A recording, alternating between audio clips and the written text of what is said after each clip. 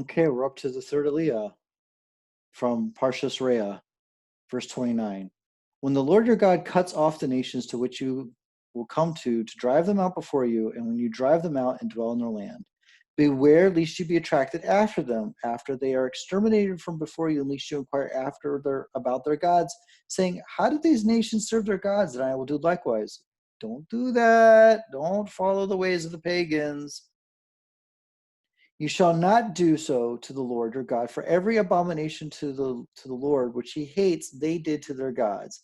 Also their sons and their daughters, they would burn in fire to their gods. Like, what insanity? Like, who would burn their children in fire thinking that's what their God wants? But that's what the people did, so don't do it.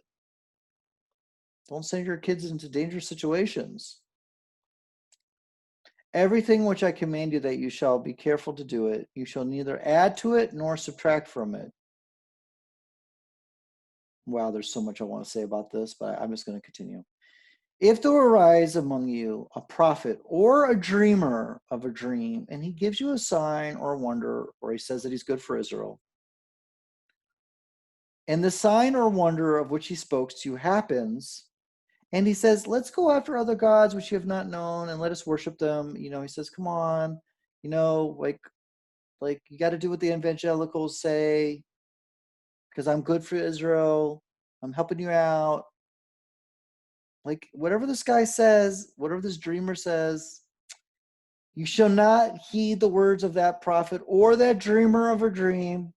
The guy who like walks out on the lawn, he looks up and he says, I'm the chosen one. Not supposed to listen to that kind of person. So Torah is warning us about him. Just saying. It's right here in the Torah. For the Lord your God is testing you to know whether you really love the Lord your God with all your heart, with all their soul. You shall follow the Lord your God, fear him, keep his commandments, heed his voice, worship him, and cleave to him, not to anybody else, not to humans, not to some guy who says sweet things that sound nice and say that he's good for us. We don't listen to these people. And that prophet or that dreamer of a dream shall be put to death, because he spoke falsehood about the Lord your God, who brought you out of the land of Egypt, who redeemed you from the house of bondage to lead you astray from the way in which the Lord your God commanded you to go. So shall you clear away the evil from your midst.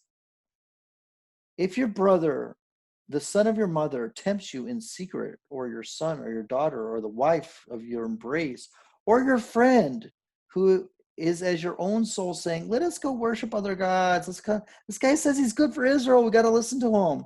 Whether neither you nor forefathers have known. It doesn't matter that, it doesn't matter if we've never heard this before. Like, now this guy's saying like he's good for Israel. We got to listen to him. Of the gods of the peoples around you, or near or far from you, from one end of the earth or the other end of the earth, he's not that close. He's not actually in Israel. It doesn't matter where this dreamer is. You shall not desire him, nor shall you hearken to him. Neither shall you pity him. You should have, nor should have mercy upon him, nor shield him. But you shall surely kill him. Your hand shall be the first against him to put him to death, and afterwards the hand of all the people. You shall stone him with stones so that he should die, because he sought to lead you astray from the Lord your God, who brought you out of the land of Egypt, out of the house of bondage. I don't know what to say about these verses. And all of Israel shall listen and fear, and they shall no longer do evil such as this in your midst, and do any evil. So, we're not supposed to just listen to whatever sounds good.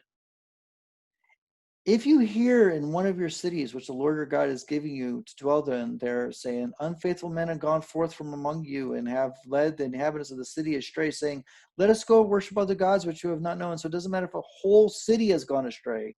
Then you shall inquire and investigate. You have to look into it. You're not just supposed to, go rational. We're not supposed to go crazy. We're supposed to inquire, investigate, ask thoroughly. It says there in the Torah, verse 15, you shall inquire, investigate, and ask thoroughly, and behold, if it's true, if the matter is certain, and that such an abomination has been committed in your midst, you shall surely strike down the inhabitants of that city, which with the edge of the sword, destroy it with all that is in it, and its livestock with the edge of the sword. Nukudah. And you shall collect all the spoils into the midst of its open square, and burn with the fire the city and all its spoil completely for the Lord your God. And it shall be a heap of destruction forever, never to be rebuilt. And nothing that is doomed to destruction shall cling to your hand, so that the Lord may return from his fierce wrath and grant you compassion, and compassionate with you and multiply you as he swore to his forefathers. For you shall hearken to the voice of your Lord your God to keep all his commandments, which I command you to this day, to do as proper in the eyes of the Lord your God. That ends that aliyah.